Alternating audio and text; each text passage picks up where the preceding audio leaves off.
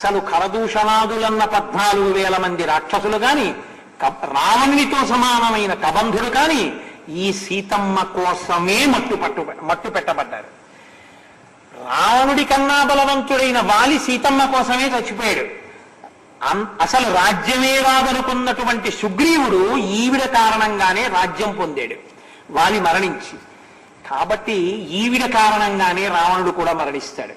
కాబట్టి సీతమ్మ అవతారము దేనికి అంటే అయోనిజగా రాక్షస సంహార ప్రయోజనము కోసం వచ్చినటువంటి అమ్మవారి స్వరూపమే సీతమ్మ తల్లి. అందుకే అయోనిజగా వచ్చింది కాబట్టి సీతాయాశ్చరితం మహత్.